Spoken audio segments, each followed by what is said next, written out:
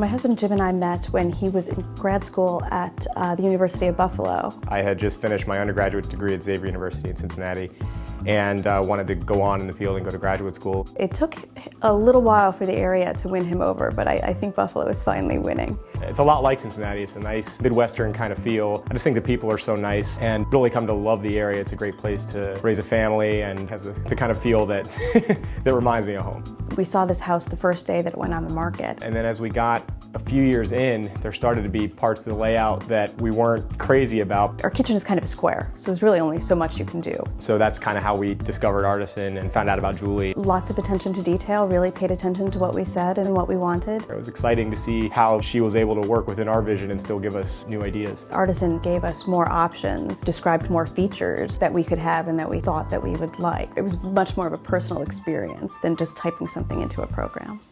Joining us today are our family friends Ken and Jen Shockley. My last year at UB when I was finishing my PhD was Ken's first year on faculty there. He was on his way out and I was on my way in, and we overlapped and had sort of interestingly parallel stories. They have been very generous with their friendship toward us ever since we moved from Wisconsin. We ended up having kids about the same time, and our kids have sort of grown up wandering around together. Jude is 1 year older than Brady, so Brady learns a lot from Jude, and they have a lot of fun together. They really like each other a lot. They're some of our closest friends in the area, and so we thought they'd be a great couple to share this with, and we thought it'd be fun for Jude to have a friend as well.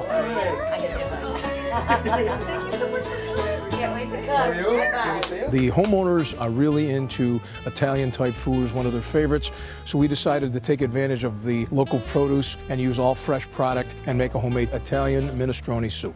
I chose the panzanella salad after finding out Jim's healthy, and I wanted to do something simple, something that he could make, and also I just found out today he loves tomatoes. That's what panzanella is all about. I want to do something a little different, you know, a little off the beaten path. Today I picked calamari fra diavolo with black squid ink pasta, and I thought the calamari was a nice complement to the minestrone and the panzanella salad. And I figured with the black ink pasta, it was kind of a neat dish to showcase.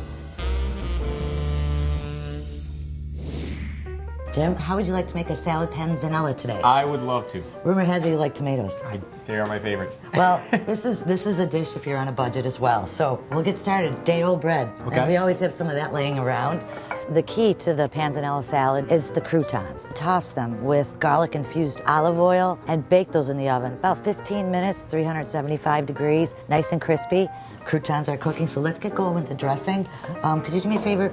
This is a beautiful balsamic. Starting to realize that it's just so important that the produce has to be fresh. You use, really good olive oil, not just stuff that you buy at the grocery and put on the shelf. Olive oil, balsamic vinegar, salt and pepper. Capers, chop those capers up. Fresh basil, fresh grated lemon zest, lemon juice, those beautiful sweet grape tomatoes, diced red onion, and then toss the breadcrumbs hot right into that. And it's simple, it's quick, and it's easy. And Jim loves tomatoes, so I think I did real well.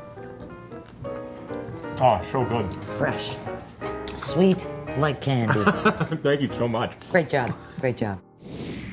Okay, Sarah, today we're going to make some homemade minestrone soup. So we're going to just start off by just cutting up some fresh pancetta, and we're going to just cut it up in small little cubes. So what we did was we started with a hot pan with some extra virgin olive oil, and we sauteed a little bit of diced pancetta. To that we added some coarsely chopped onions, celery, carrots, and we just sauteed that lightly. Now what we're going to do is we're going to add a little bit of fresh chopped garlic, and the reason that we put the garlic in afterwards is because if you put it in too soon, it'll burn. He taught me a lot of things that I feel like I should have known but didn't. Like everything seems so common sense. I can't believe I went my whole life without knowing it. We added some diced tomatoes, 8 cups of chicken stock, fresh herbs and some spices, a sprig of fresh rosemary.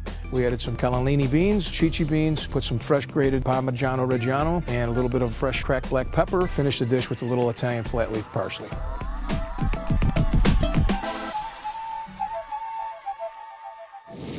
Have you ever had calamari fra diavolo? No. It means the sauce of the devil. We diced up some banana peppers. The vein down the middle of the pepper are what gives it the heat.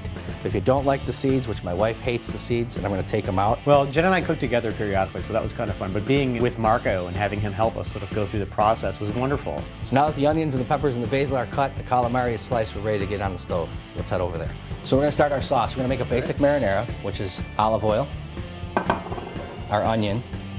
We're going to add some nice onion to this. Then we're going to add our hot peppers. So we add lots of garlic and some garlic clove as well. As our vegetables are sweated, we're going to add some white wine to it. I really like the fact that Marco provided us with a dish that we can kind of play around with. He told us that we could use different kinds of seafood with the tomato base. So this dish, we want the liquid from the tomatoes in there. This is just filet of tomato, the pomodoro, little black pepper. And then if you like it hot, we're going to kick it up with some chili peppers. All right. We're going to add our basil to this. We're going to give it a stir.